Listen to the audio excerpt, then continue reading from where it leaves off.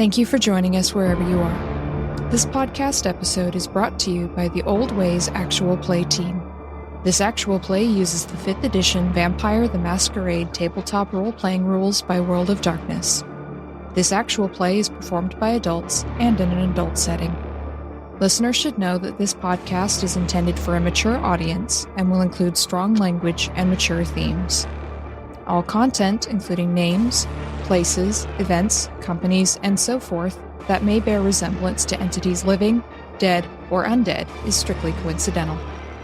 My name is Rena Henze, and for tonight's game, I will be your storyteller.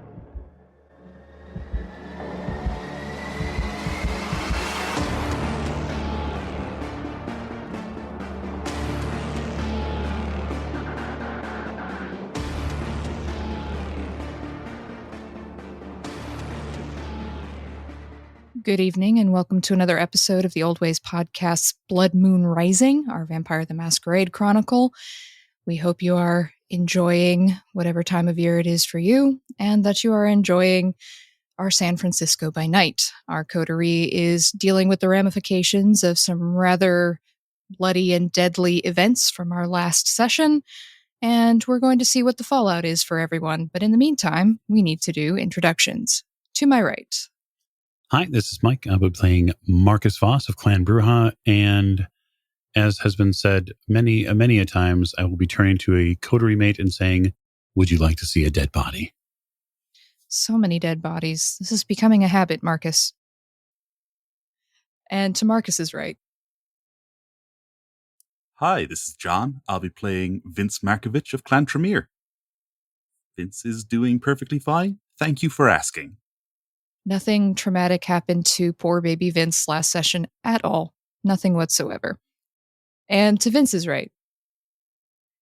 My name is Tegan Gilbert, and I'm playing Rom the Shaman. And I'm up to take a look at a stiff.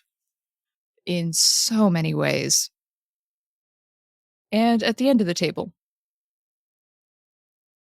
This is Allie, and I play Katerina Bogdanovich, and there was a lot of blood. Surprising, considering that you're all vampires. And to my left. This is Tiffany, and I play Alex Giovanni, and I have opened an orphanage for poor, unfortunate souls.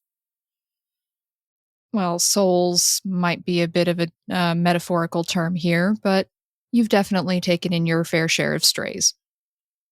All right, as we open this evening, it is 2 nights after what happened in the home of Karen Stein, Vince Markovich's sire, also known as, in her former life, Queen Elizabeth I. So we're going to start with zooming in on Alex and Vince. Alex has taken Vince home.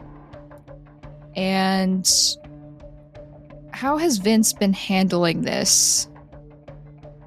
Vince vacillates between being a bit mopey and self-indulgent and swearing vengeance upon the enemies of the woman he loved.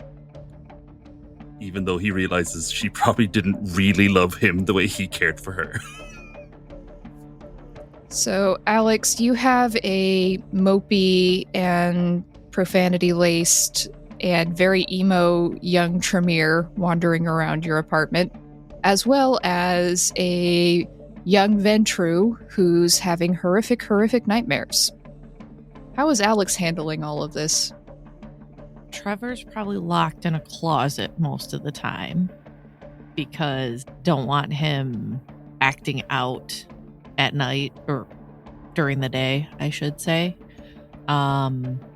And then Alex probably buys Vince a guitar so he can be emo with a guitar. Vince is absolutely not talented musically. However, he does strum Wonderwall for a few hours. It's kind of about all he can handle. So it's been an interesting night or two for Alex and Vince. And for Trevor, who's mostly spent his time sleeping in the closet and screaming at night through the nightmares. He still appears to be sleeping most of the time, but near the end of his sleep, he does start screaming and waking everybody up. So you're not resting quite as well as you should be, both of you, because about 3 hours from sundown, like clockwork for the last 2 nights, you've been awakened by these horrible nightmares that Trevor has been having. But it is now a fresh night. You've been up dealing with Trevor, and you're a bit bleary-eyed, both of you. Even though Vince probably doesn't go help with Trevor, he's too busy playing Wonderwall in the background. It's still something you can't really sleep through, these deep, piercing screams. So I'd like both of you to give me your rouse checks for the night. And I will say that if you fail your rouse check for the night because you've been awakened early several nights in a row, it might be a little bit more severe. Funny you should say that. I just failed mine. Well, that makes sense given what Vince has been going through. So Vince, you're going to take 2 hunger. Your hunger is now at 4. I succeeded. All right, so Alex is fine. They're just dealing with this. They brought these vampires into their home. They knew kind of what they were getting themselves into, and they're also older, so it makes sense that they can control themselves a bit better. But Vince, Vince is having a really rough go of it. And Alex, you may notice as you get ready this evening and come out that Vince is sitting on the couch. He's holding the guitar that you got him in one hand, and his eyes look a bit wild. His hair is tousled. His skin is super, super pale. When Vince hits 4 hunger, he develops stigmata. Oh, Jesus. Vince, why don't you tell us a little bit of what's happening to Vince beyond just looking a bit manic? Vince, there's a couple of reasons he might look manic. You know, the all-consuming hunger, but also the wounds that have opened up on his forehead, the holes in his palms and feet, and the stab wound in his right lung. He's not super keen on this. It's never happened before. And he's just like, Alex, what's happening to me? Well, it looks like you need a body. He just like freezes, and you just see the blood like trickles down his temple from one of the holes, the just the puncture wounds on his forehead, and he's just like, okay. And Okay, yeah. Alex is going to go smooth his hair out and everything, and straighten his shirt, and call their driver. And I think we're going to have to make a pit stop before we head over to the docks. Your driver texts you back and asks if there's any type in particular that you're looking for this evening, because that will determine the route he takes. I look at Vince. Do you have a preference? In like blood type? I mean, No, people. oh. You're past the point of doing what you normally do. Like his hands are twitching, and he's just like watching the holes and how they're really sore, but also kind of interesting, and they're not healing. It's like, I don't know. I anything will do. Anything. It's fine. And yeah, I'll tell my driver whatever's easy. Within a few minutes, you get an alert that the car has been brought around. And Trevor just sort of pokes his head out from the closet. He's drenched in sweat. You've noticed the last 2 nights that the physical manifestation of these dreams is getting worse. And he's got dark circles under his eyes that are beginning to form. and he doesn't even bother wearing a shirt when he goes to bed anymore. He goes to bed in his boxers, basically, because he just wakes up so covered in sweat and feverish that it doesn't do him any good.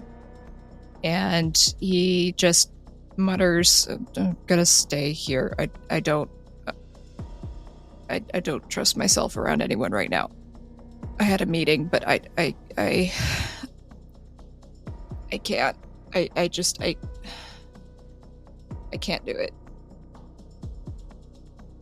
Is there anything that you would like me to take care of for you? He shakes his head violently, and you can see his eyes kind of rolling a bit, and his pupils look really dilated. You can't. Clan business, no outsiders. You can't. I'll reschedule. Just see if you can. He rubs his temples. Maybe when you get back, you can bring me food. Female, Okay. preferably. I can do that. I can visit Maxie. Okay. That's fine. And he slams the door shut and presumably crawls back under the shoe shelf where he's been trying to sleep for the last few nights, but he really does not look well. I've probably cleared out all of my valuables out of there. Probably, yes. All right, so do you text Marcus to let him know that you're on your way or that you're going to be a little late? Yeah, I'll let him know that we'll be there within the hour. Okay. So you text Marcus, which is good because Bruja in general do not like to be surprised. So you and Vince set off.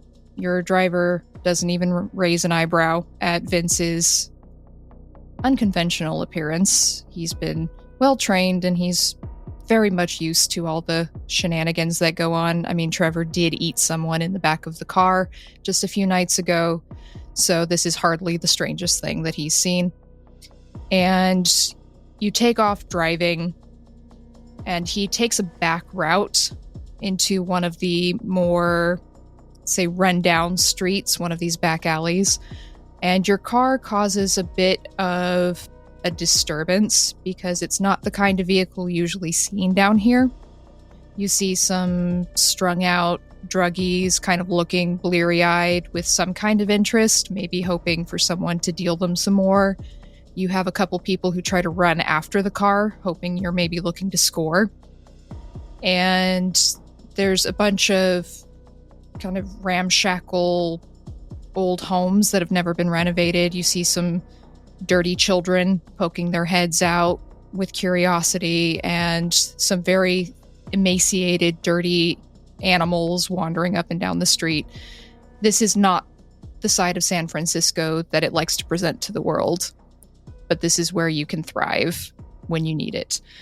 And you watch as your driver pulls around this old broken down tenement building, and Vince, you're shaking a bit and you're so hungry that you can smell the sweat off the street. You can feel the slow lethargic heartbeat of every heroin addict that the car passes.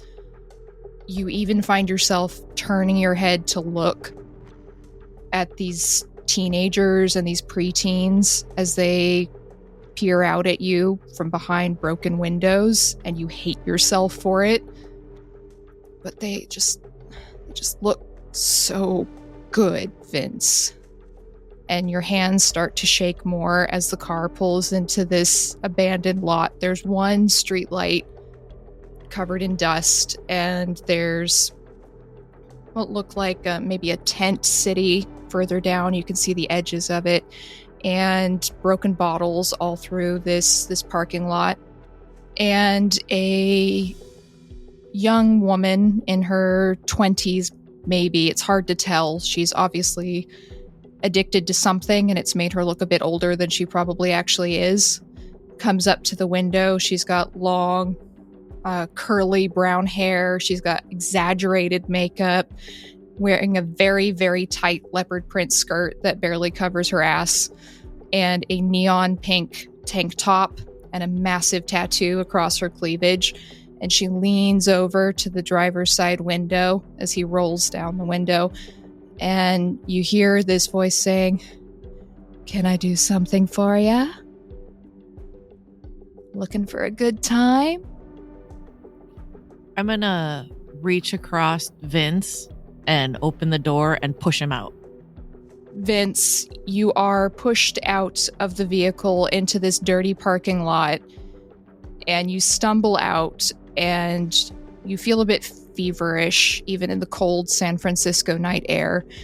And you see this streetwalker as she's looking in through the window, and she turns to look at you, and you can see the flush in her cheeks. It's not all makeup. She's definitely alive in a very powerful, intoxicating way. You can smell the rich iron of her blood. She's so close to you. You can smell she's definitely addicted to heroin. You've got that slight acidic tang that you can smell, but she's not strung out. That's good. She hasn't shot up recently.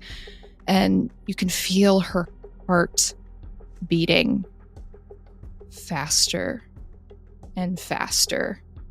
And she comes over to you, and she reaches out her hand with these long day-glow painted fingernails and way too many bracelets and rings. And she touches your face, and she says, "Looking for a good time?"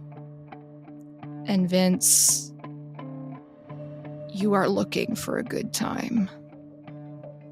Vince is stripped back to base impulses, and he looks up at her with the blood streaming down his face from the puncture wounds on his forehead. And he's just like, "What's your name?" "Veronica." "Oh, did somebody hurt you, poor baby?" And she touches the blood on your forehead. "Let Mama take care of you." He kind of makes to get up, but finds himself in a little crouched position, almost optimized for what happens next. And he's not even fully aware of it when it happens. He finds himself in midair, springing on this poor woman just in the middle of the street. Oh, Vince, your eyes turn yellow. You don't see this, of course, but you can feel something changing in you. Your eyes begin to turn yellow, and your fingernails feel sharper to you almost. You can almost feel it. And your fangs that you've tried so hard for so long to ignore, you can't ignore them anymore. They're so sharp and so ready to rip and tear.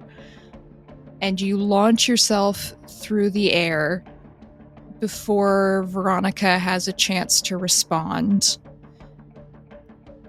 And you feel your fangs ripping into her throat. And you can taste the richness of her blood as it begins to course through your own veins. And you wonder, Vince, why you waited so long to taste the living, because it is the most intoxicating, most fulfilling meal you've ever had in your life or in your unlife. You feel more powerful, you feel strong, and the taste of this is just, it's indescribable. And you don't know if you can go back to bagging ever again. Vince isn't fully aware of a lot of things. As you said, it's like sensory overload. He's aware that his legs have wrapped around her Veronica's so that she can't stand. He's pulled her down onto the ground and he is just biting and drinking. And Vince is reconsidering his whole view of where vampires fit into things and where humans fit into things. And maybe he was wrong about all that stuff he was thinking before. Are you going to drain her dry? Oh, absolutely, yes. It's his first time. He does not have the power to resist that impulse. You are messy, is the best way to describe this. It is your first kill, your first full feed. You don't know how to drink in a controlled manner, and honestly, at this point, you don't care. Because you're so hungry and you've dealt with so many things. And there's blood everywhere. There's blood on your shirt, blood on your face, blood all over the parking lot. And you tear up her throat more than an experienced vampire would. But she isn't able to struggle. And within moments, you feel her starting to go limp as she goes unconscious from blood loss. And you drain every last drop of blood in her veins. And you wipe your mouth, the stigmata fading from your hands. If you put your fingers up to your forehead, you feel it closing up as well. You feel empowered, you feel stronger, you feel vengeful. And you can walk back to the car. And Alex, you see a ravaged corpse laying on the ground of this dusty parking lot. Its throat torn out, drained of every last drop of blood, except for the blood on Vince's shirt front. Well, I'm going to have to use ashes to ashes. Yes, you are. So, give me your rouse check to use your power. So, Vince, you stumble into the car. Your eyes are still yellow and wide. If you look in a mirror, you can see the physical transformation on your face, but it's beginning to fade as this fresh blood courses through you, and you can begin to relax. I'm gonna spend a willpower since I failed. All right, you're gonna spend a willpower point and re-roll. Probably a good thing in this situation. I got a 6. Okay, so you succeeded. So it takes you a minute to work up the power here. Perhaps it's just everything that's been going on. Perhaps it's the strain of dealing with Vince and dealing with Trevor and all of this. But you do eventually close your eyes and you summon the power of your blood and watch as you channel your specific talents and this corpse dissolves into ashes. And Vince, if you look out the window, you see Alex walk away from where you'd left Veronica's corpse, and you see just a pile of ash where your meal used to be. Yeah, Vince is now thinking like, well, his first thought is ashes to ashes, dust to dust, because he's been going through that emo phase. But it's just like, yeah, I mean, a moment ago she was a living person, and now she's just dust in the wind, literally. They're so much more fragile than we are. And you can both get into the car and drive on to your meeting with Marcus, with Vince feeling satiated for perhaps the first time since he was turned, fully, truly satiated. And Alex, you've just witnessed something strangely beautiful as a young vampire feeds for the first time.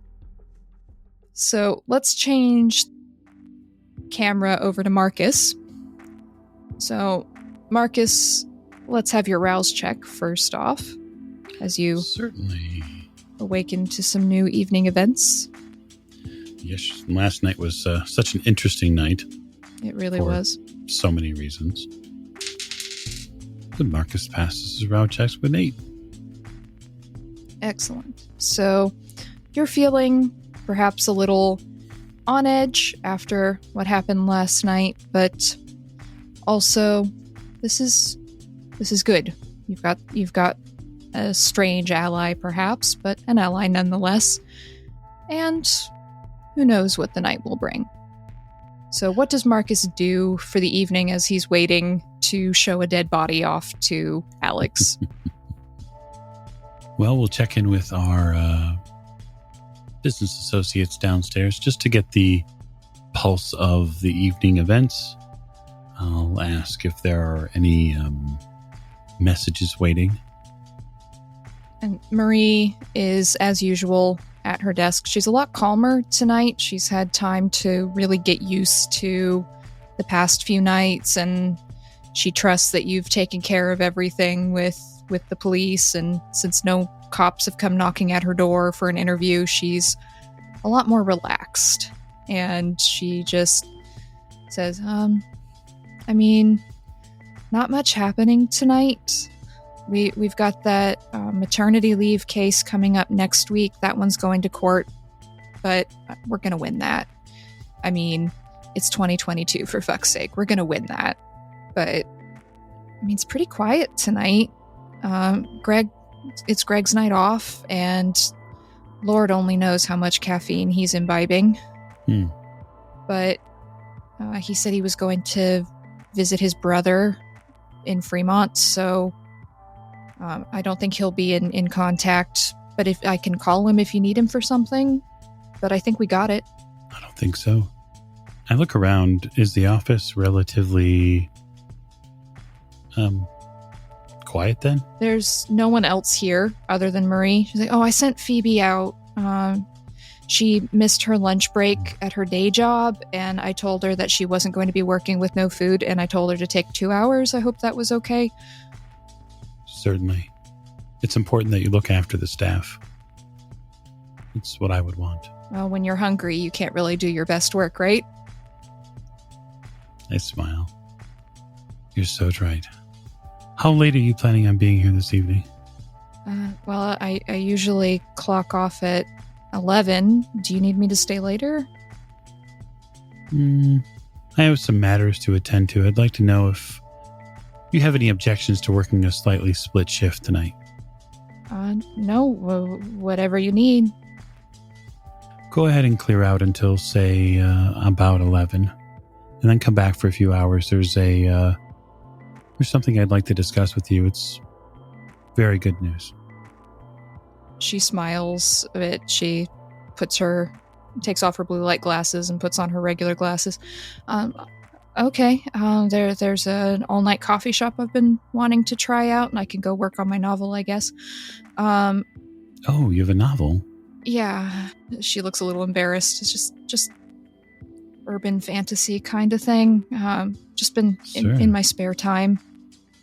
It was a distraction during, well, all the pandemic stuff, and I'm trying to get back to it. It's good that you get back to it. Go and spend some time with it. What I have can wait until a little later.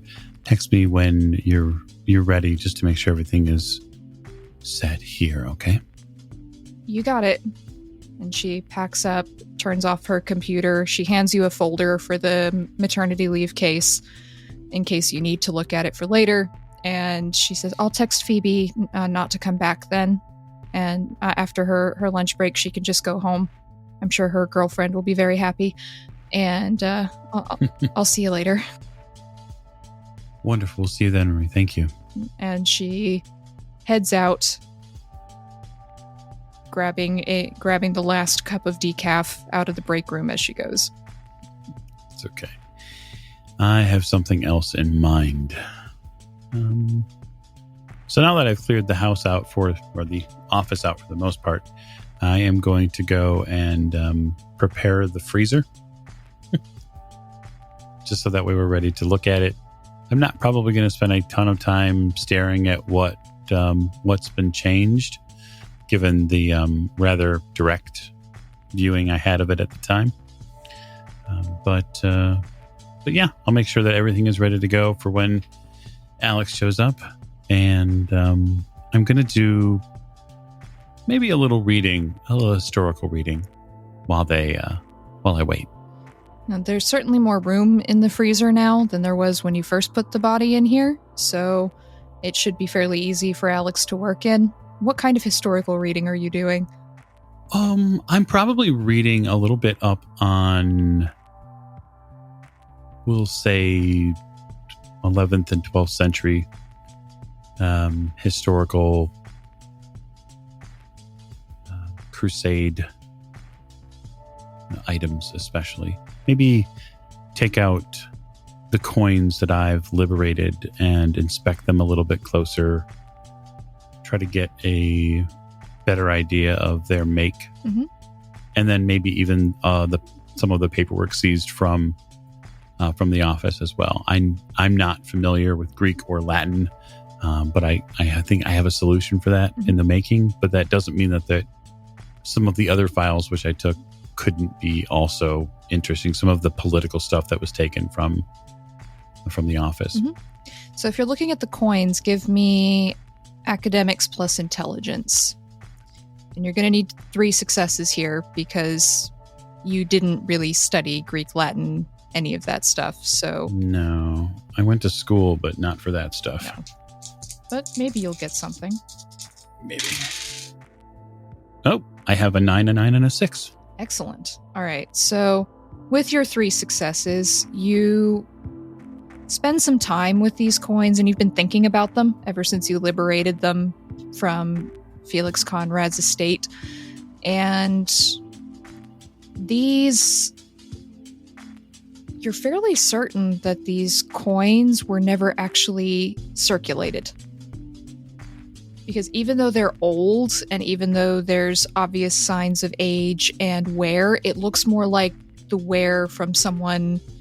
When you have a talisman almost and you kind of hold it between your thumb and your forefinger and just sort of rub at it when you're stressed or anxious or just when you're thinking, it looks more like that kind of wear. It doesn't look like normal use. And you've seen a lot of coins in your time. So it looks to you like these coins were never in use. They went straight from wherever they were created to who has them now. Or who had them, rather. Right. Who had them. And the imagery on them. What's on the coins? Is it anything specific that I can link it to? Or what do they look like? These coins to you, they look like Byzantine. As far as you can tell. You recognize with that good roll some of the images that are on these coins. You've never seen them in this good condition. Maybe you've seen some of them in textbooks, obviously, maybe in a museum or two. But there's some very interesting looking crosses, which is very strange for a vampire to have. But there's also what looks like some sort of almost like a letter K. And there's a profile of someone, maybe an emperor, but that's the part that's been rubbed away by repeated usage on 3 of these coins. From what Marcus sees here, it looks like that figure might have epaulets or armor or some sort of finery that they're dressed in. Yes, you can definitely see, based on your knowledge of what was happening historically at the time, even though you weren't there, whoever's on this coin was definitely high-ranking. Very, very high-ranking. But because you rolled so well, I'm going to give you something else here. This profile does not look like the profile that you've seen on coins from this era before.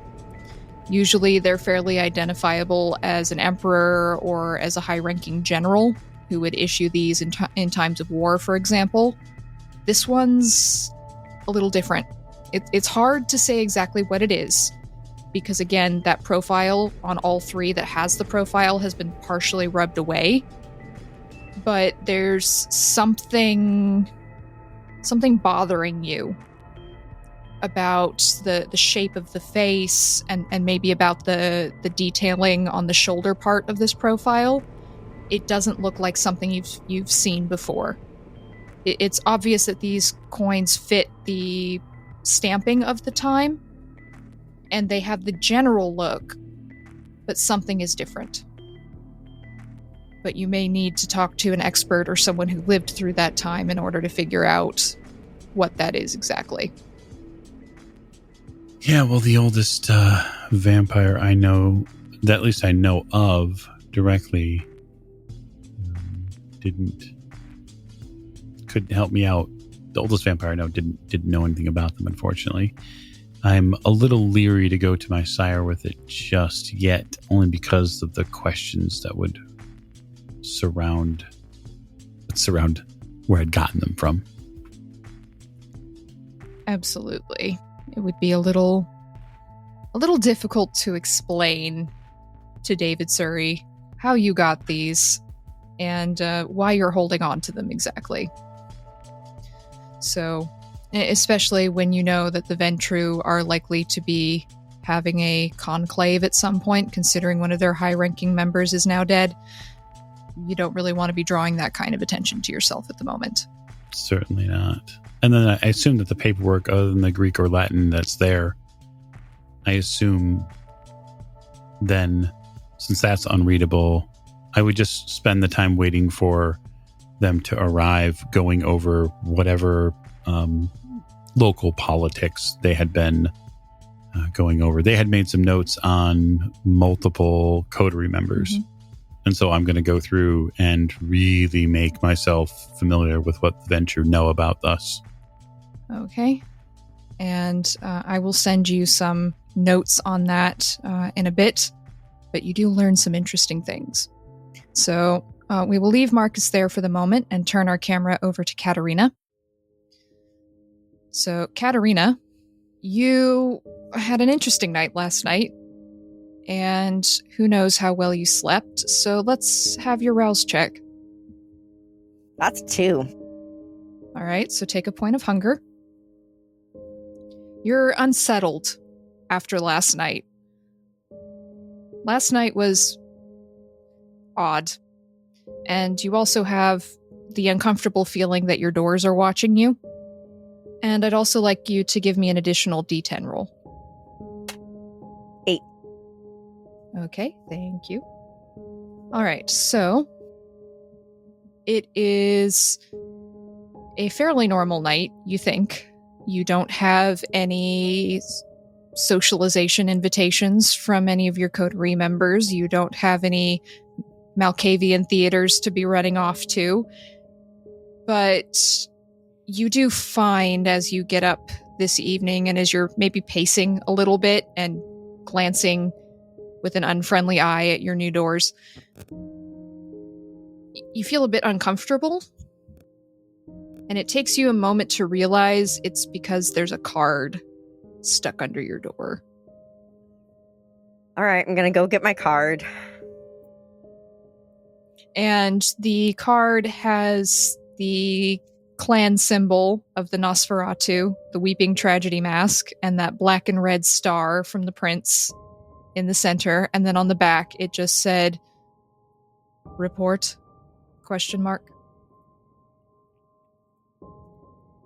I will draw up a letter giving an overview of everything that we've learned. And would I deliver that myself, or would I hand it off just like at the entrance of the Without a direct indication from the prince that they want you to meet in person, you'd hand it off at the door. That would be the correct etiquette, to hand it to a servant who would take it to the prince, unless the prince specifically requested your presence. And that's what I thought. My first stop will be to drop off the letter, because I'm not going to delay that. And then I will check in at the bakery. All right, so you take some time to detail out everything that you've learned over the past few days, maybe some additional notes on your specific mission from the prince, and drop that off at the labyrinth. The very burly looking security guard, who you assume is one of the prince's bodyguards, takes it, nods, and then just watches until you leave. Makes it very uncomfortable. And you can go off to the bakery, which appears to be fairly quiet this evening. For once, the counters are still full of baked goods.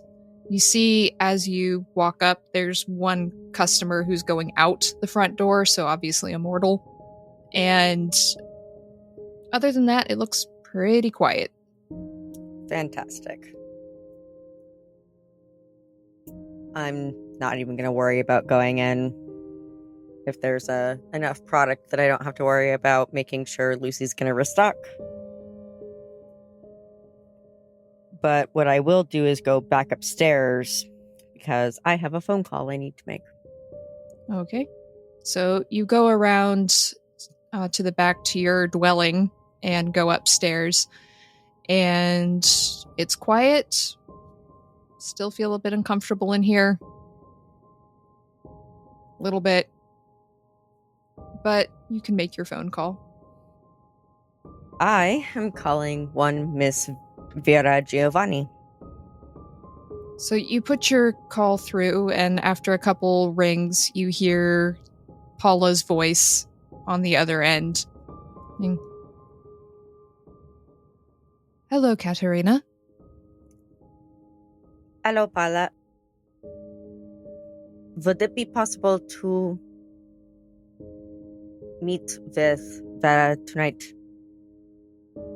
You hear a bit of silence as you assume Paula is signing to Vera, and then when Paula comes back to the phone, her voice shifts into translation mode, so she's speaking as if she was Vera, and she says, I would be very happy to see you this evening, if everything is all right.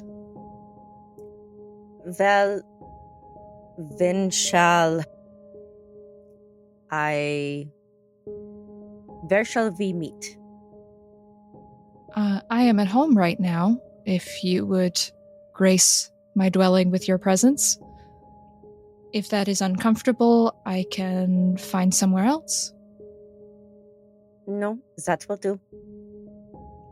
I will text you the address. Thank you.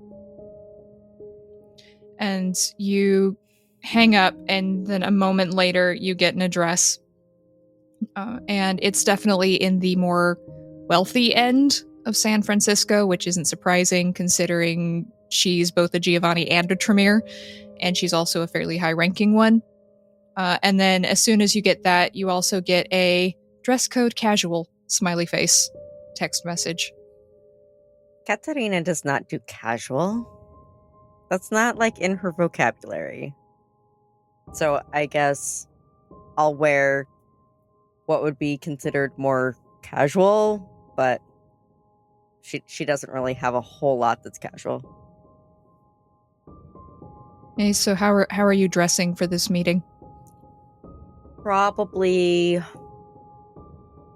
just like a pantsuit without like the jacket. That's very casual for Katerina. It's about as comfortable as she can get while still feeling feminine enough to Vera might get the wrong impression, young lady. All right, so Katerina sets off, taking a combination of trolley and bus and a bit of walking, especially once you get to the specific district where she lives, this high-end neighborhood, which is, in this part, she appears to live in an actual house. She doesn't live in a high-rise or a condo or anything. She has an actual house, and there's a gate around it, which is not surprising considering she's both wealthy and a vampire. But you have to ring a buzzer at the gate, and then you see the door down the path swing open, and Paula looks out and smiles at you, and there's a buzz, and the gate opens and you can go in. And Paula holds the door open for you. It's a very nice home, considering Vera and Paula are the only ones who live here. But it's very tastefully decorated, as you would expect from Vera. It's not gaudy, it's not ostentatious, it's not this ridiculous modern white and glass everywhere that's impossible to keep clean.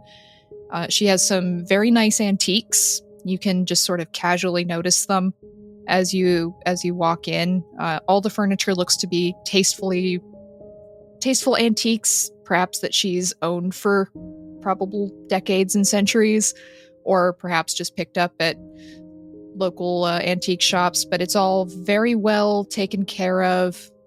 Is that a Vermeer on the wall? It might be a Vermeer, but it's not, as so many rich people often do, put in a place where everyone can gawp at it and go, oh my god, is that a Vermeer? It's just hanging quietly in a corner where she can look at it from her favorite armchair, but you notice it as you go in. And Vera comes out of the sitting room, and she's just wearing jeans and a t-shirt, which you've never seen her do before. She's wearing these very tight, expensive-looking blue jeans and a plain white t-shirt that probably cost $400. It is very expensive in its simplicity, but it is still the most casual you have ever seen from Vera. And she smiles at you and signs, "Welcome to my home. It is a pleasure to have you here." This is gorgeous. And she smiles slightly and says, and signs, "Takes one to know one." And there'll be just like a slight uptick of the corner of my mouth, and I will look at Paula and ask her if there is like a notebook so that we can write down, because I have something to discuss with Vera that needs a certain level of privacy. Vera reads your lips as you're speaking to Paula, and you can, if you glance over at her, you can see her eyes widen perceptibly, and she starts to look less casual and a bit more concerned. And she signs something at Paula very quickly, and Paula nods and says, "Well, you know, we're modern vampires. We do have some technology. We don't carry it around with us, but we have what is it called? Text to speech, like the scientist used. Mr. Hawking, will that be sufficient?" If that is what you would prefer, Vera. And Paula smiles and says, "Miss Giovanni doesn't like to use it very much, but we keep it for private conversations." Well, I was happy to do all of it by handwriting, because I am not very technologically inclined. And Vera laughs because she read what you were saying. She says, I can manage it. Don't worry. You won't have to do a thing." And Paula smiles, goes into a hall closet, opens the door, and pulls out it looks like an attachment to a chair. And it's got a computer screen and a keyboard. And she sets it on this very comfortable looking armchair that you noticed as you walked in. And she looks at you and says, "Miss Giovanni can just type into this and it will speak to you. It might sound a little strange, not superhuman, but, well, who of us is these days?" And she laughs. Paula has a very pleasant personality. You've enjoyed interacting with her as herself when she's not acting as Vera's mouthpiece. And she doesn't seem to be offended that you don't want her in the room. She's fairly used to private conversations needing to happen. So she sets this up and Vera sits down. She pulls her legs up onto the armchair, so she's got her knees tucked up under her, and she's looking at you with her head cocked as Paula walks out and closes the door. And she types something into the machine, and a slightly tinny robotic voice says, "What can I help you with? It sounds serious." Before I answer, is there like another chair that I can like pull up? Oh yeah, she definitely gestures you to the couch, or there's a few other chairs in the room. Well, I want something that's easy to move so that like I can talk more quietly. There's a small table with a couple wooden chairs. You can take one of those and set it right in front of her. Okay, then that's what I'll do. She just sort of cocks her head and looks at you. And I'm having a hard time asking these questions because I don't want to accuse her of anything or cause her any undue worry.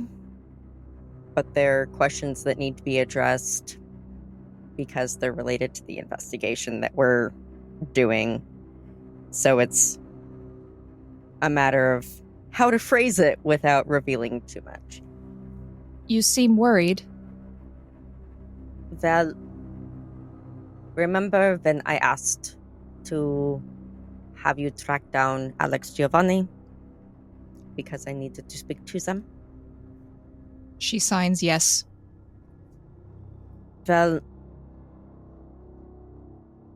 there is a situation that I am looking into that I cannot give full details to you for, but I have some questions that I need you to answer.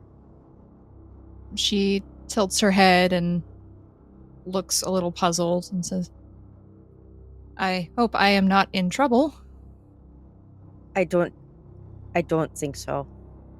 But during this investigation, I found a ledger, a scheduling book from von Felix Conrad. Her eyes go really wide. And there's a long pause. And you can see her fingers fluttering almost as if she's trying to say something and can't quite figure out what she wants to say. And she says, "How do you have Conrad's book?" That is part of the information I cannot give you. But She frowns. your name was in it for a meeting 2 weeks ago. There's this long, deep sigh. "You do not know my history?" Question mark. No. This is generally not of my business, yeah? So it is not in my nature to pry. I do not say much. The mystery is fun, yes? And Yes. she smiles a little bit. Everybody talks, but nobody knows. And then there's another long pause, and she kind of looks at you as if she's sizing you up. "We have been friends for several years. I trust you. This stays with us, yes?" I will do my very best to not divulge this information unless absolutely necessary.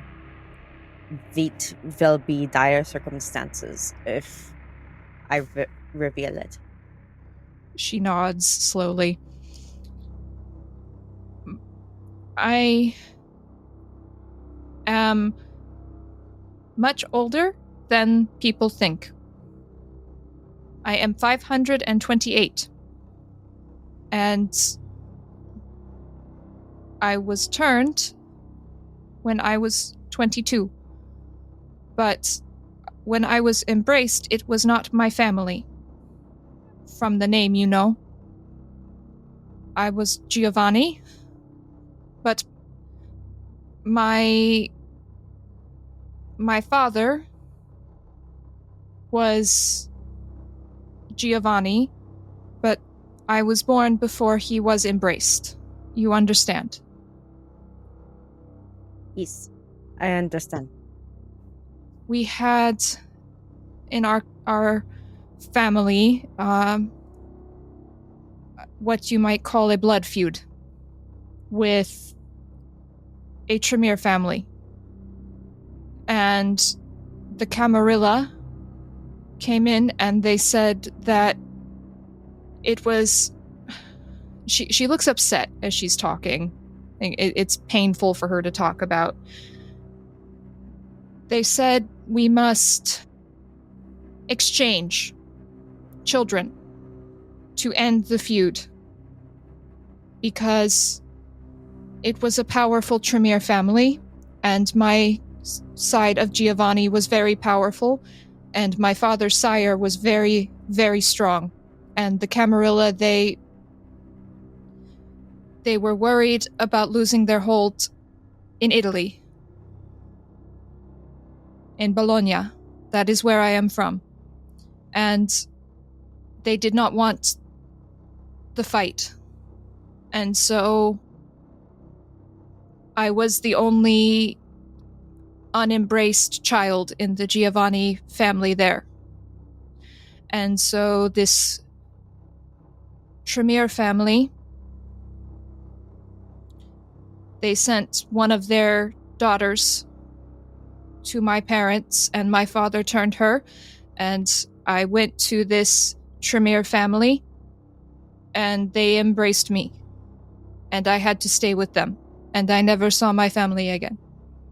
You can hear a bit, like, she's starting to kind of say the words verbally as she's talking through this machine as well. Like, she's been mouthing the words as she types them, but you can almost hear her trying to vocalize them a little bit, and she sounds emotionally worked up as she's talking. And I was raised Tremere because my vitae, it is Tremere. And it is hard. And Conrad, he is the one who told my father that I had to be sired in Tremere. I see. If we had followed normal convention, I would be Virarici. But he said we had to make a show of the blood bond between our clans. And so I stayed Giovanni, although I cannot see my family for many, many years. And now my father is dead. He died a real death? The true death. That is why I saw Conrad. Because my father is gone. Not my sire. My father. I understand. I never saw him. And I went to Conrad and I asked if I can see him now that he is dead, and Felix said there is nothing to see. Was he still in Italy? She nods. He never left. The whole family, they stay, even through Mussolini, even all of it. I don't think they were allowed to leave. The Camarilla, they told us we had to follow the rules. I am truly sorry, Vera. And then there's this long pause, and you could see tears streaming down her face. You've never seen her get emotional like this. She's usually very calm and composed and a bit enigmatic. And then she signs something at you that you can't quite get. And she shakes her head and goes back to the machine and says, "It was murder." Do they know who it was? She shakes her head. He came here to San Francisco 1 month ago, and I did not know. I was not allowed to know. But he came here on a business trip. The family work for Ferrari now over there. And he was here, and I don't know if he knew I was here, but he was here, and then he went home, and in 2 weeks he was dead. I'm going to, move forward just a bit and offer one of my hands to her. She reaches forward and she takes your hand and grips it tightly. You can feel how emotional she is from this. And she closes her eyes. You never forget your family, even if they give you to another one. No, you don't. And I understand your plight. I want to go see my mother, but the prince said no. Because the Camarilla said no. My mother is still in Bologna. If there is anything that I can do to help, I will. She nods and she just sits there holding your hand. And then after a few minutes, she leans back and she types into the machine again. There was blood. Conrad said, lots of blood. He liked telling me what it looked like when my father died. Did he give you any more details than that? Bad dreams. Anything else? I was supposed to see him next week, but I have heard that he is also dead. Is that true? Yes. I will tell you there is a Ventru coming from Chicago. Camarilla. What is his name?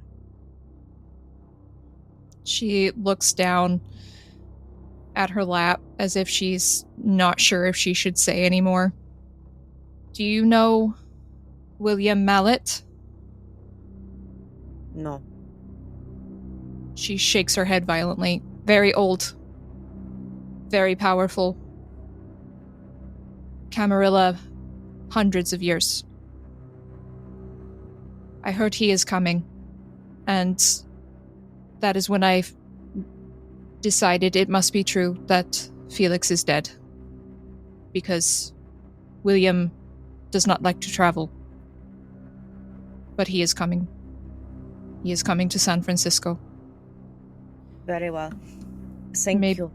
Maybe he knows more of what happened to my father. But... And she looks down and looks at her hand, still gripping yours, as if she's trying to decide if she should say something else. And she looks up at you and says, I hear from my friends in Malkavian that you have the ear of the prince. There was a shaman talking and said you were on a mission from the prince. Is that so? I cannot answer that. She smiles slightly, but it's a very sad smile. If you do, hypothetically, would you ask if I can go home. Just for a week. I want to see my mother. Hypothetically, if this is possible, I will ask on your behalf. Hypothetically. She smiles very weakly. Will you stay a little? I have never spoken to anyone but Paula, and I am sad. I could use a friend. Yes, I will stay. But I do have one more question I must ask. Yes? You are Tremere, and you have studied in their ways. Yes. Is there anything you can tell me about blood purification rituals? She kind of pulls back just a little bit. I don't know what I can tell you. You are not Tremere. Which I understand. But that information may be dire for me to know. There is a lot happening right now, and that information may go a long way. Give me persuasion plus manipulation to try and get her to speak out of the clan, so to speak, and you're gonna need 6 successes here. Oh, Jesus. This is a very hard thing to do, to get a 500-year-old Tremere to talk about clan secrets.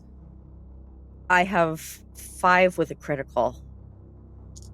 Vera's hand tightens on yours, and she looks up, and her eyes are kind of watery, and she says through the machine,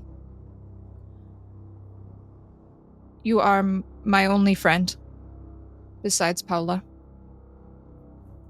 And I cannot give this to you, but if you were to hypothetically stay, and there was a book left open accidentally on the table, you could copy, hypothetically, something. And I'm sorry I cannot give it to you, but..." And she winks. Slightly. Well, I fully understand that this is information that you cannot divulge. I am very well aware that Tremere secrets are secret for a reason. She smiles and says, "I am glad you understand. I am sorry I could not be more help." And she gets up and she straightens her t-shirt and dabs ineffectively at the tear stains on it. And she goes over to one of the many bookcases in the back of the room, and she pulls out a book, and then she reaches behind it and pulls out another book, and it's a massive tome. This leather bound, looks very, very old. And she sets it casually down on the table and opens it to a particular page, and she turns to you and signs something that you have learned in ASL by now is, "I will go make tea. Would you like some?" Yes, please. And she smiles and goes out, closing the door behind her, leaving you with this open book. And now, let's turn the camera to our very chatty Malkavian. I'm gonna kill Rom, by the way. Get in line. So, Rom, you wake up tonight and you're home. You're in your basement. You have no idea how you got here. The last thing you remember is being in Karen Stein's home and seeing... You remember, what was it? You saw her on fire and you saw her burned library and you picked up a copy of Dr. Jekyll and Mr. Hyde and decided it wasn't useful and dropped it on the floor. You saw the murder basement. The murder basement's the last thing you remember, honestly. But now you're home. You're very hungry. So give me that rouse check first. So I have performed my rouse check, and I have rolled a 1 success. Okay. So your hunger stays the same, but you are ravenous. I am.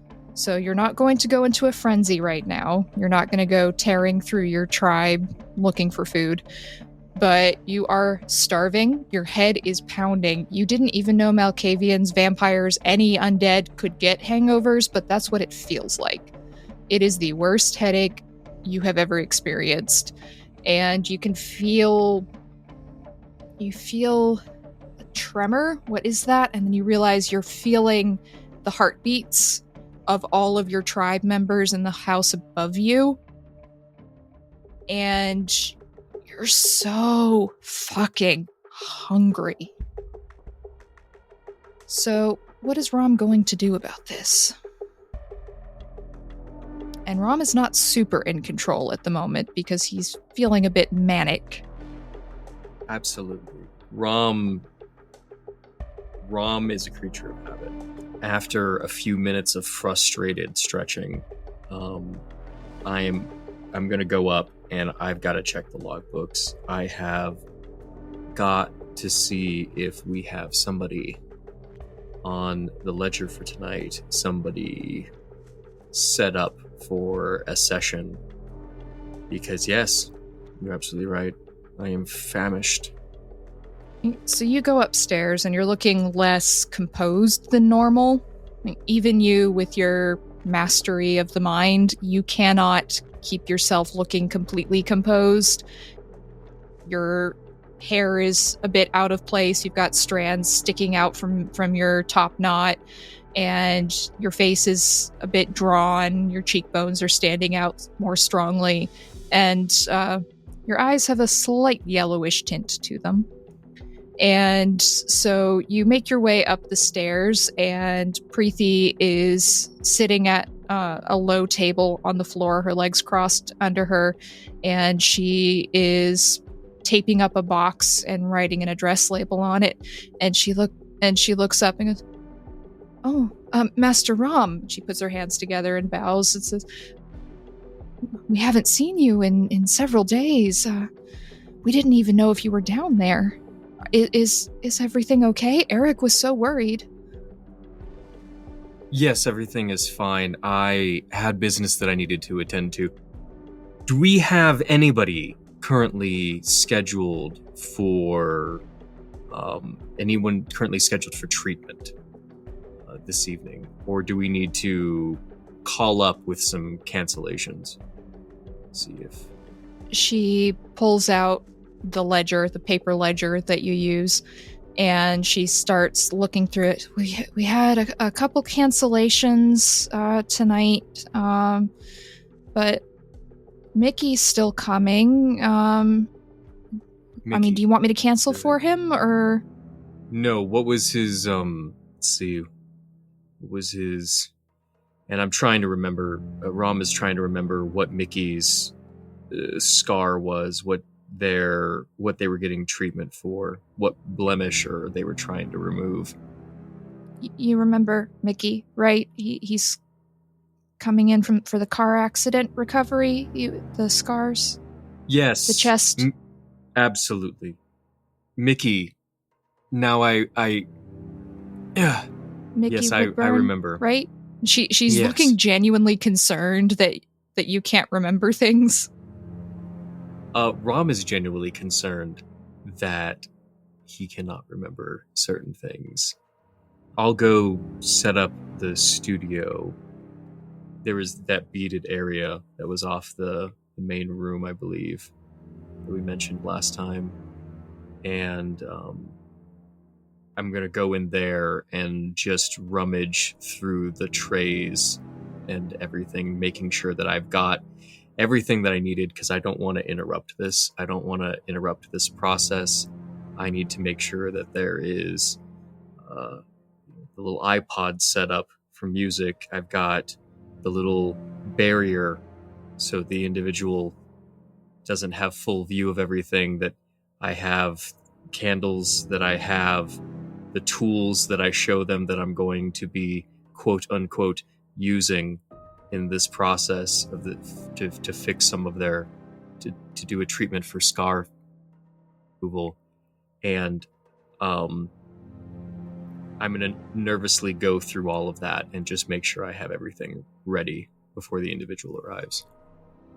Okay, so you go behind the beaded curtain and set everything up. You've got some incense wafting through the room.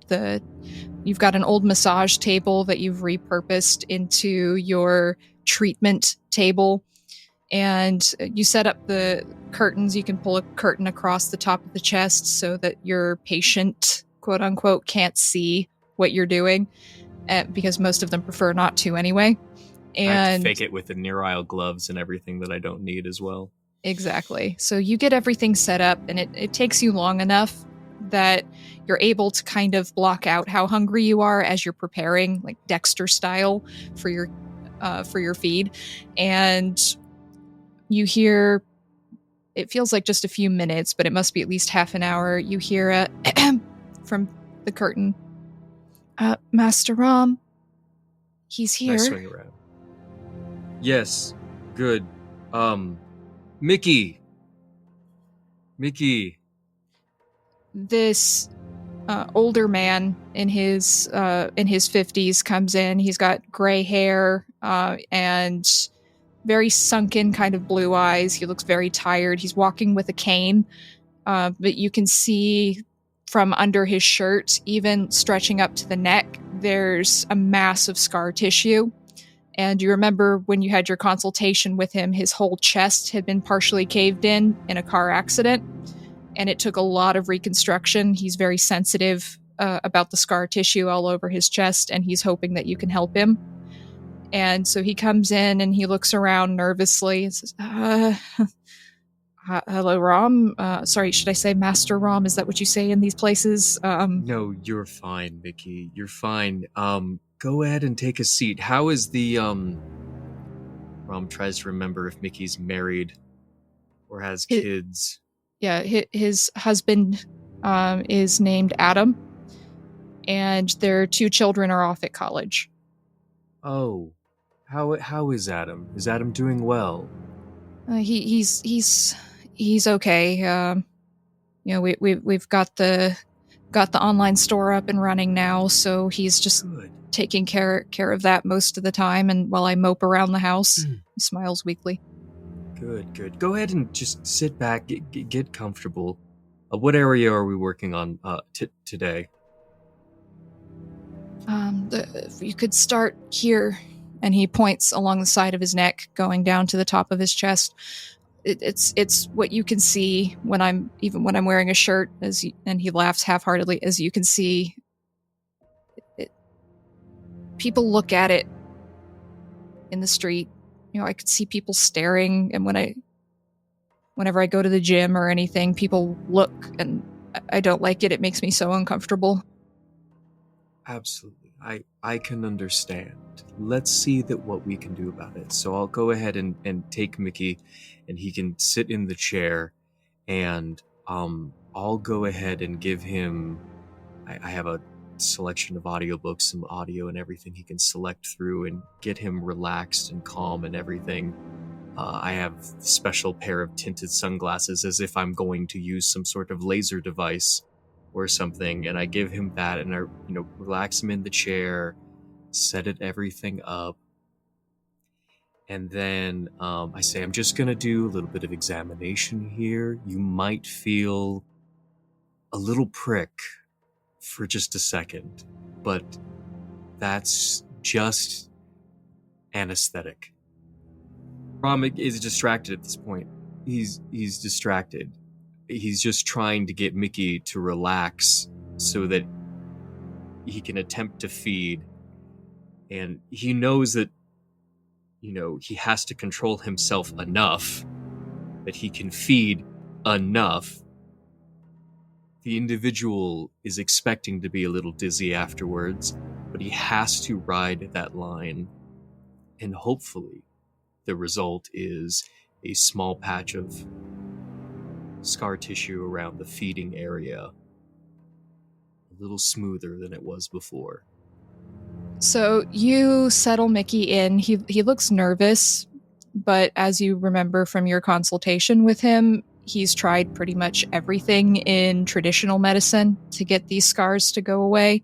And he used to be a bodybuilder, and he's just so anxious to try and get his image of himself back that he'll try anything.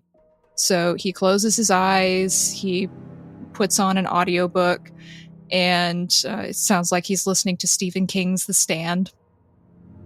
And you can pull the curtain across so that he can't see what you're doing.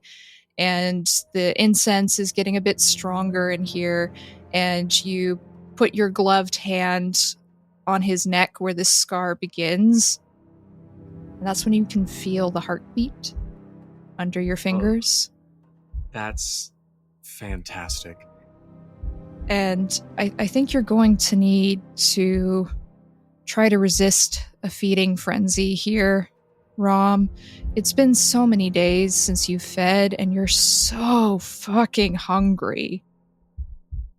So, let's see how you do. All right. 9 rolled, 7 successes. Rom knows what he's doing. Rom has to do this regularly in order to maintain his humanity. Rom has to act in these particular manners. So you can feel the heartbeat under your fingers, and you can just kind of smell the desperation mixed with the iron-rich blood, and it's just so delicious. But it'll be okay.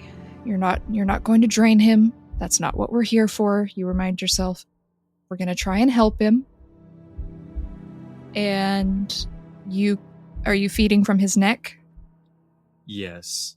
The goal in this type of procedure is to feed from the area that I'm going to perform the treatment on. I discovered very early on that my saliva could heal the puncture wound from the bite. And I started getting curious about how else I could use that particular quirk of vampirism. So yes, I'm going to feed from his neck, and I'm going to attempt to keep this brief, but it's like a tattoo or something. It's a process, and there's a little bit of acting in it as well. There's an expectation of the patient of a certain amount of discomfort, of a certain amount of boredom and length of the process. So that gives me all the time that I need. Rom begins to feed, taking directly from the vein running along this scar tissue. And Mickey winces and his shoulder twitches a bit. But as you said, he was expecting some discomfort, and this is really nothing compared to what he went through in the actual accident and the recovery and everything, so he doesn't make too much of a fuss. And so you're able to feed, and you can reduce your hunger by 1. You're not draining him, so you can't fully slake your thirst because you're not draining him. You are specifically not draining him.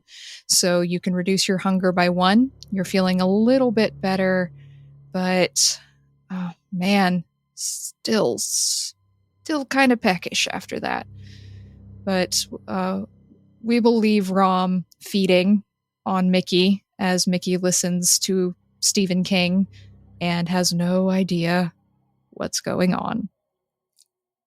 So let's switch the camera over to the labor union office, which is empty but for one Marcus Voss. And Alex and Vince, you have arrived. Marcus will have like a spare shirt for me, Alex. And he looks down at his front. He's just like, it's a bit awkward. I just stare with like a blank face. Right. And I'll move towards the door to the offices, or however it's broken up. So there's a main office space and then some offices behind it, but you'd probably knock at the door of the main office space if you're knocking. Yeah. I'm polite, after all. My thought for Vince is that I'd actually be making less trouble for Marcus if I show up shirtless rather than covered in blood. So, never mind the fact that because of the foot wounds from the stigmata, his shoes are full of just squelchy blood. Those Timberlands are ruined now. So you're walking in barefoot, bare-chested. Yep. All right, so Marcus, you hear a knock on the door. My, who could that be? I'll walk over to the door. So you open the door, and you see Alex looking dapper in a suit as usual. And then you see Vince, who's standing there shirtless with no shoes and bloody feet. I see the evening has been interesting. It usually is with this one. Well, please, come in. And I will enter. When Vince steps forward, I put my hand on his chest. Oh, is there a dress code? I give you a look, like, really? Look, it turns Don't out say a word. that No, I'm don't say a word. hungry. Don't. Come in just as slightly and let me shut this door. Just steps in quietly and just goes against the wall. I'm going to get you a towel, and you are going to clean whatever it is up. Perhaps I'll find a shirt for you. You look like about a medium large. Medium, yeah. Don't move. So I'm going to go collect just one of many black or dark towels that I have just around the shop in case emergencies. And then I'll grab him a nice, good Union t-shirt, do a little advertising for the longshoreman, and bring it back to him and say, here you are. There is a bathroom not too far that way, if you'd be so kind as to clean up any additional mess you may leave, as there are mortals that work here. Yeah, no, of course. Sorry about the mess, Marcus. And he steps on the towel and kind of shuffles across the room. I just cringe a little bit at the squishing sounds that he's making. It's like, at least the wounds have healed, though. I'm not just bleeding out of my feet all the time. It's great. I turn to Alex. I am only going to assume that you had no hand in doing this to him. I had a hand in fixing the situation, as per usual. You want to see a dead body? Always. So a little preface before. This was as I mentioned, the body that my office manager happened upon. It was ripped apart at the time. It's in a slightly different state at this point. And all I'll ask is that you don't ask how it got that way, okay? Do I look like somebody that asks too many questions? Not of the living. I walk Alex back to a back room where there is a freezer with a couple of locks on it. I'll undo the padlocks and open it. And then unveil a bag with a rather peculiar corpse in it. Do you unwrap it like a present for me? Well, it's more like a body bag of sorts. But it's not a full body bag. It looks like the upper torso and head of a body, but it has been oddly shaped into a specific position or pose. Like at one point there was a lower portion of it, and that some sculptor has fashioned the body into a specific form. Okay. I will touch the body and see how it died. So, Alex, you go to touch the body, and even for you, this looks odd. The way this corpse is not laid out. There's not much of it to lay out, but it's odd. It's very uncomfortable for you. And so, what specifically are you trying to do? I want to see what harmed it, what killed it, what happened. Okay, so are you using one of your magical skills? Yeah, fatal precognition, which is resolve and oblivion. Yes. So while you're doing that, so go ahead and do that. Vince, you're in the bathroom trying to clean up your feet, your body, all of that. And you feel a kind of crippling pain. It doesn't seem to be coming from anywhere, but you feel it in your chest. And it takes you a minute as you sort of double up. And it's like, what is that? And after a moment, it kind of feels like heartbreak.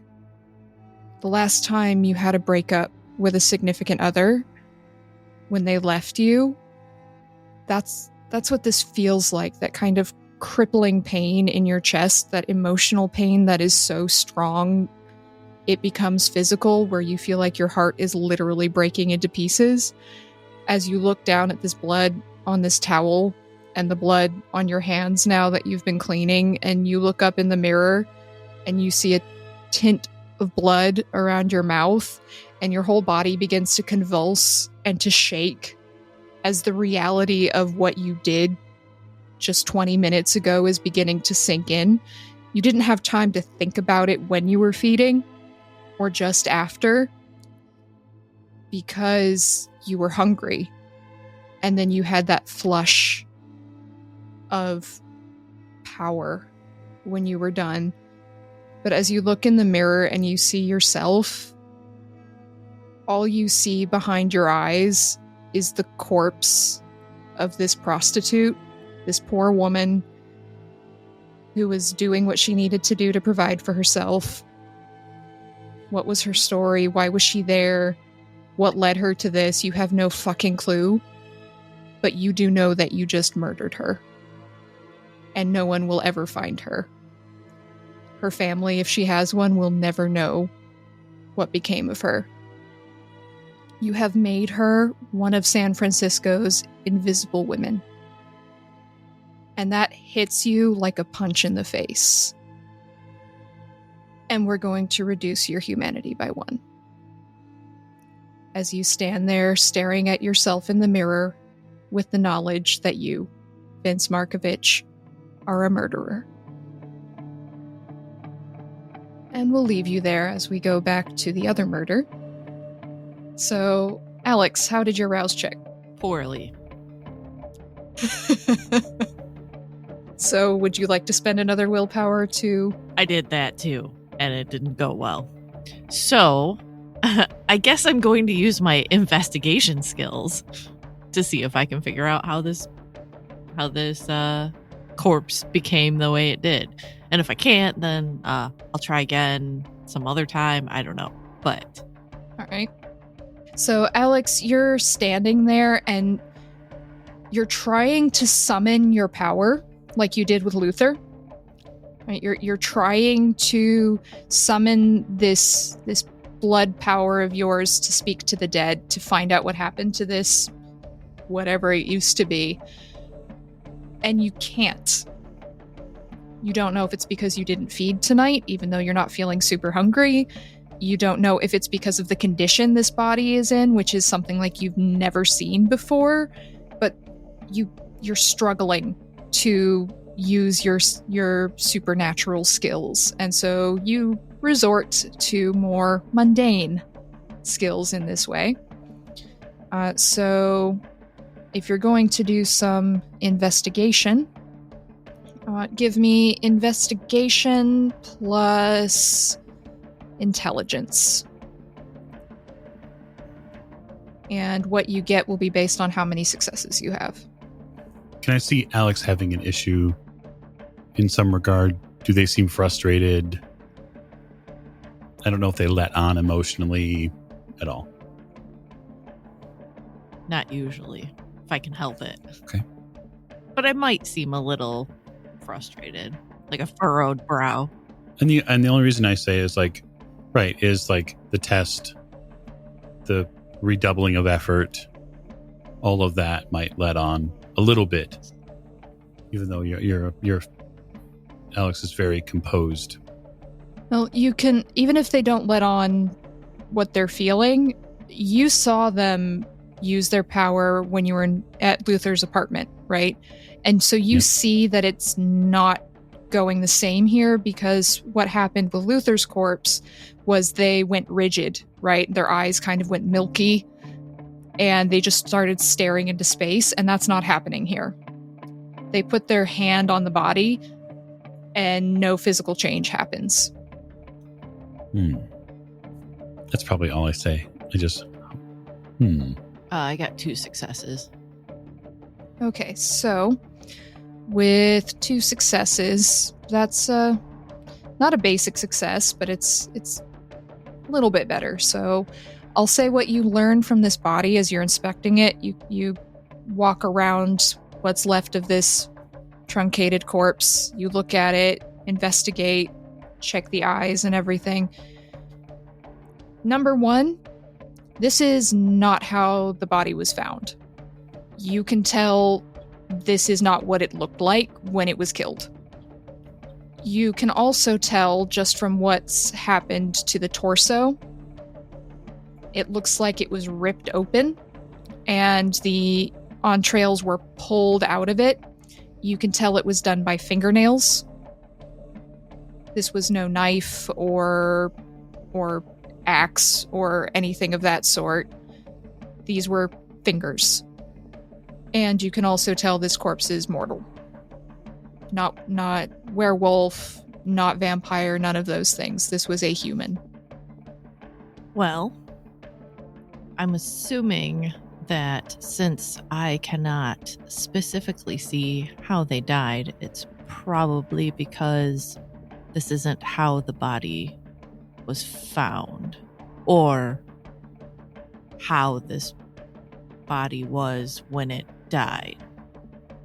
However, what I can tell is that a weapon was not used. It was fingernails or something else. And this is a person. Like the things that roam the day. I say with like utter disdain. Mortals. Correct. So, either, from what I can tell, either they are being affected as well, or this is feeding gone awry. I will say, Alex, you can tell based on the wounds, because this would be fairly obvious to you, This mortal did not do it to himself. There's no skin under the fingernails. There's nothing that makes it look like he could have done it to himself. Okay, so then we either have maybe a gangrel on the loose that we don't know about, or, I don't know, a werewolf? I haven't seen one in, oh gosh, I don't even know how long. I don't particularly like the idea of it being a werewolf for obvious reasons. Well, you can't say that it hasn't crossed your mind with all this moon business. It has. It has. I don't know that the city would be prepared for something like that. I don't think the prince would be prepared for something like that. Opinions on the prince vary. I'm sure it's where your alignments or where your allegiances lie. Are we fishing now? I'm assuming you're part of the Camarilla. I gesture around with my hands. Camarilla has offered me much, especially when many of my clan decided to walk across the bridge to Oakland. My sire decided to stay. Thought it was in my best interest to stay as well. I just find it interesting, that is all. So, no grand speeches from the beyond then? I would assume it's because the body is not complete.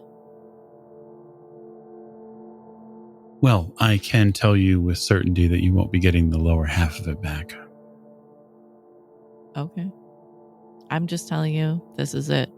I don't know if it's because the fetters were taken with it, or because it died in such a horrific manner that the spirit is no longer around.